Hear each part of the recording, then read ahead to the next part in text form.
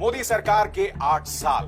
जी हां, और मैं दावे के साथ कह सकता हूं अगले 6 महीने तक तमाम न्यूज चैनल्स में यह कहा जाएगा कि इन 8 सालों में मोदी सरकार की 8 सफलताएं क्या रही हैं। तो हमारे इस कार्यक्रम के शुरुआती सेगमेंट में भाषा और उर्मिलेश हमें बताएंगे क्या है इस खबर का पंच, उनके हिसाब से कौन सी है मोदी सरकार की सबसे बड़ी नाकामी।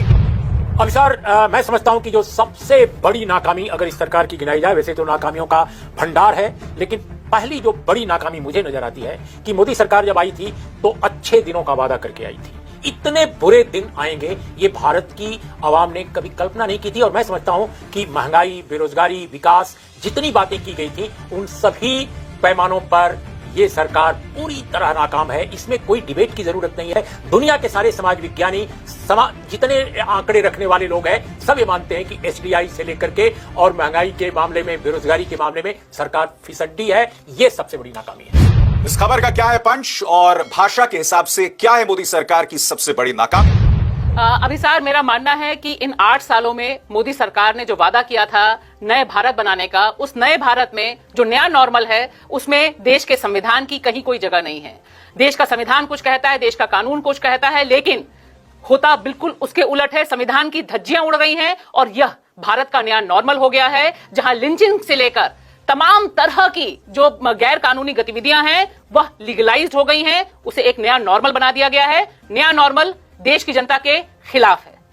अभिसार, आप कैसे देखते हैं, क्या है आपका पंच? जी हां, इस खबर का पंच या मेरे हिसाब से क्या है मोदी सरकार के 8 सालों की नाकामी। दोस्तों, वैसे तो भाषा और उर्मिलेश जी ने इस मुद्दे को बखूबी आपके सामने रख दिया है, मगर मेरे हिसाब से सबसे बड़ी नाकामी है हमारा मीडिया जो रेडियो रवांडा बन गया है। रेडियो रवांडा जिसने 90 के दशक में वहां के अल्पसंख्यक समुदाय को लगातार टारगेट किया था, नतीजा वहां एक बहुत बड़ा नरसंहार हुआ। हमारा मीडिया जो अपराधियों की तरह बात करता है और सिर्फ इसलिए क्योंकि उन्हें भारतीय जनता पार्टी के प्रोपेगेंडा को आगे फैलाना होता है, और इसने समाज में ऐसी धर्मांधता को जन्म दिया है जिसका खमियाजा देश अभी भी भुगत रहा है और आने वाले वक्त में इस तरह भुगतने वाला है कि जिसके पास हमारे पास शब्द नहीं है। तो यह है इस खबर पर मेरा पंच। आइए इसकी चर्चा को आगे बढ़ाते हैं। सबसे पहले उर्मिलेश जी, मैं आपसे पूछना चाहता हूं, मेरे ख्याल से यह कहा जाता है कि विदेश नीति के मोर्चे पर मोदी सरकार ने झंडे गाड़ दिए।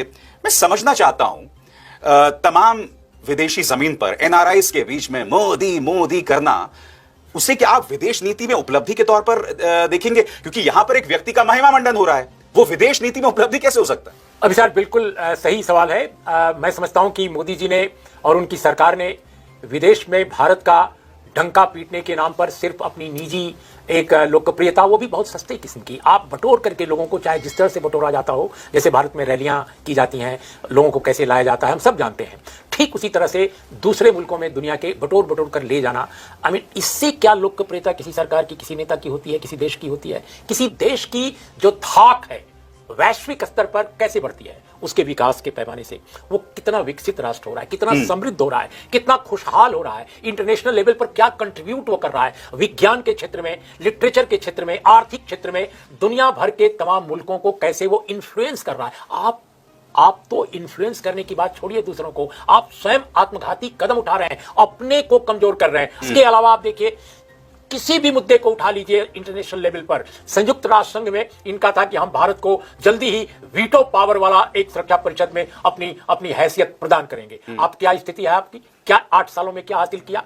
अगर मान लीजिए एक जमाना था कि मनमोहन सिंह इतने बोलने वाले प्रधानमंत्री नहीं थे, बहुत खामोश थे, बहुत ही, लेकिन उनकी एक इज्जत थी। मैं मनमोहन सिंह की सरकार का प्रशंसक नहीं हूं, माफ कीजिएगा, उस दौर में भी मैं उस सरकार की आलोचना करता था, जैसे ही सरकार की हर कोई, बिल्कुल सही कहा आपने, हर कोई करता था।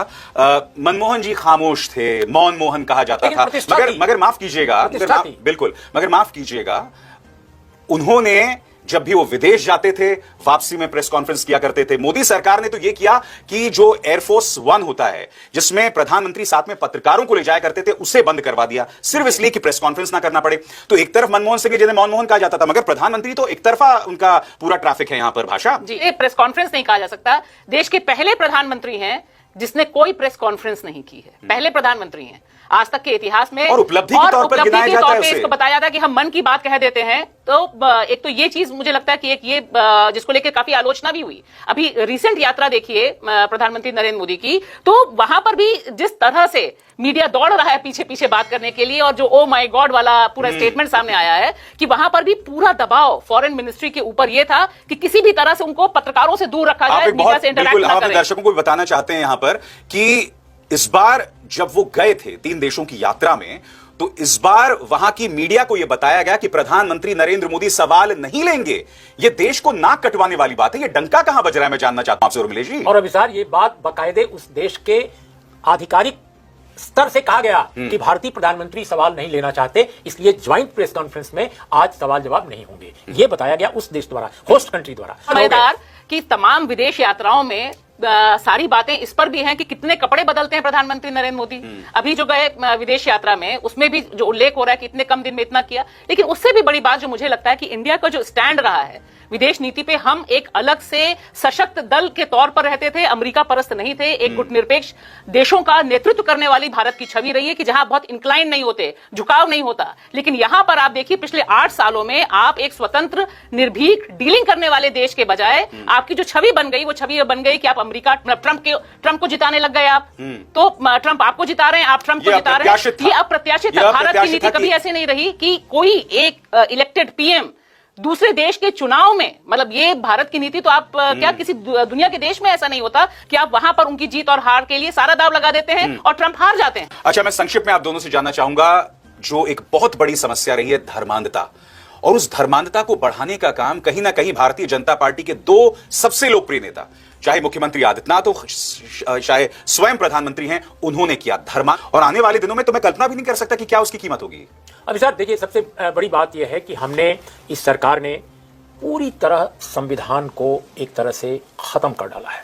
हमारे पास संविधान भौतिक रूप से मौजूद है, लेकिन उसका कोई अमली जामा पहनाना उसको समाज में, उसके रोशनी में काम करना, इस कल्चर को खत्म कर डाला है। हमने भुला दिया है कि इस संविधान में 51 एक आर्टिकल भी है। हमने ये भी भुला दिया है कि इस संविधान, अब आप जैसे आपने धर्मांधता की बात की, क्या आप जानते हैं कि हम सब जानते हैं, आपके दर्शकों को बताना चाहूंगा, आर्टिकल 39 है जिसमें हम पब्लिक सेक्टर जो है, हमारी जो राष्ट्रीय संपदा है, हमारी जो प्राकृतिक संपदा है, उसको न बेचा जाए निजी हाथों में, वो पब्लिक प्रॉपर्टी बनी रहे, इसका भी प्रावधान है। और ये नीति निर्देशक सिद्धांतों में सबको रौंद डाला है हमने। बहुत संक्षिप्त में भाषा, इससे पहले कि धर्मांधता का जो सबसे बड़ा नुकसान हुआ है कि जो बहुमत है देश का, उसे ब्रेन वॉश किया जा रहा है, उसे बतलाया जा रहा है कि हिंदू खतरे में है। और ये कहीं ना कहीं आप मिरर इमेज हैं उस कट्टरवादी इस्लामिक सोच की, जिसने अपने अनुयायियों को बताया हमेशा कि इस्लाम खतरे में, यानी कि जिस चीज से आप सबसे ज्यादा नफरत करते थे, यानी कि पाकिस्तान वाली जो कट्टरवादी सोच है, आप उसी का मिरर इमेज बन रहे हैं। जी देखिए, यहां पर 2 चीजें बहुत संक्षेप में मैं जिक्र करना चाहूंगी कि धर्मांधता से